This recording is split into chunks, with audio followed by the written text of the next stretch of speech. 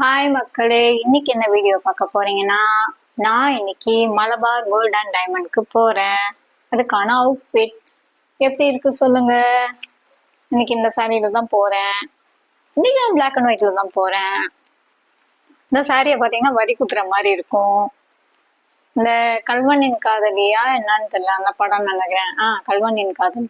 அதுல நயன்தாரா வந்து ஏனோ கண்கள் அந்த சாங்ல இந்த சாரி கட்டி இருப்பாங்கன்னா எனக்கே தெரியாது.